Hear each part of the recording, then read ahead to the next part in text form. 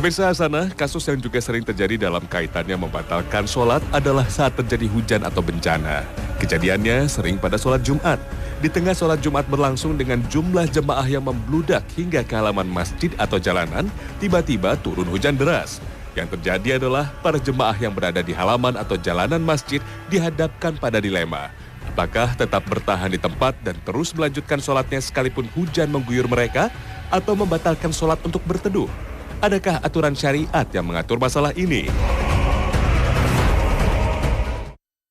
Yang pertama adalah kita perhatikan dulu hujannya. Apakah dia sekedar hujan gerimis, rintik-rintik yang sekedar membasahi sedikit-sedikit lah seperti itu. Maka dalam hal ini hujan ini tidak perlu membuat kita membatalkan sholat Jumat. Tetapi kalau hujannya agak lebat, apalagi disertai dengan petir, dan yang lebih parah lagi adalah banjir. Karena biasanya kalau hujannya lebat maka air akan mengenang. Jadi kita tidak bisa lagi nanti ruku sujud dengan benar. Malah yang terjadi kita berenang di atas lumpur, bahkan airnya pun luapan dari air got dan sebagainya. Oleh karena itu sholatnya pun terpaksanya harus dibatalkan. Jadi kita lihat nanti apakah air hujannya ini cukup deras dengan berbagai macam yang lain-lainnya sehingga kemudian terpaksa sholatnya harus dihentikan.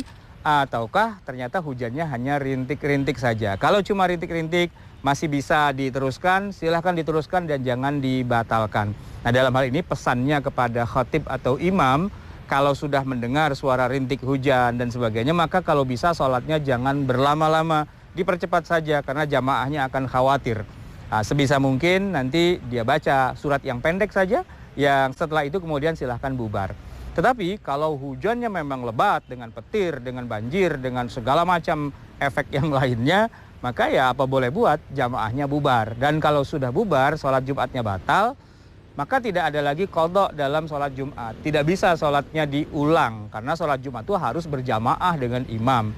Mungkin yang di dalam masjid, dalam gedung aman, tapi yang di jalanan mereka terpaksa batal, dan buat mereka yang harus mereka lakukan tidak lain adalah melakukan sholat zuhur. Sholat zuhur itu mengganti dari sholat Jumat, dan dalam hal ini memang perlu diketahui bahwa sholat Jumat yang kita batal di dalamnya, kalau kita masih bisa menyelamatkannya dengan cara kita batalkan lalu kita ikut lagi tapi dengan berpindah, tidak jadi masalah.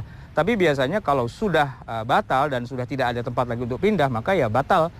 Dalam hal ini maka sholat Jumatnya sudah tidak bisa lagi diteruskan, dan cukuplah masing-masing itu kemudian melaksanakan sholat zuhur sebagai dari pengganti sholat Jumat yang terpaksa harus dibatalkan karena musibah, hujan lebat, dan banjir dan sebagainya.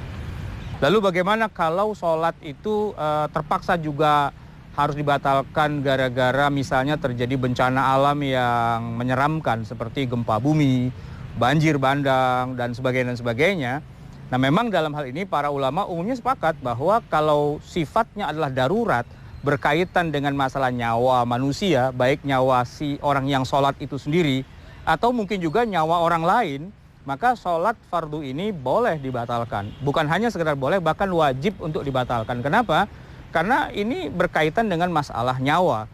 Di dalam masjid terjadi gempa dan orang-orang harus segera keluar dari gedung itu kalau tidak mau tertimpa atapnya masjid itu.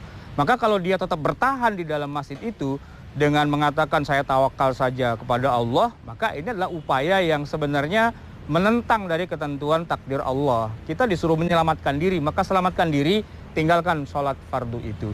Termasuk misalnya katakanlah seorang ibu di rumah sedang mengerjakan sholat fardu, lalu dia melihat anaknya bermain barang yang berbahaya, entah main korek api, entah memecahkan gelas piring sehingga dia akan terkena pecahannya itu, atau mungkin naik ke atas atap dan sebagainya takut jatuh dari tangga dan sebagainya, maka si ibu ini boleh, bahkan harus segera membatalkan sholatnya demi kepentingan anaknya yang dalam keadaan terancam, baik itu nyawanya ataupun juga kesehatan dan sebagainya. Termasuk misalnya kita sedang sholat di sebuah taman begitu, ada kolam, ada sungai, lalu kita mendengar ada orang tenggelam di situ.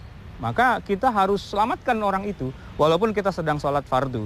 Asalkan dengan syarat bahwa kita yang mau menyelamatkan juga bisa berenang. Karena kalau kita nggak bisa berenang lalu pura-pura menyelamatkan malah mati dua-duanya, nah itu juga jadi masalah. Artinya nyawa orang itu lebih utama untuk bisa diselamatkan ketimbang kita menyelamatkan sholat fardu kita. Karena sholat fardu ini masih bisa dilakukan setelah itu.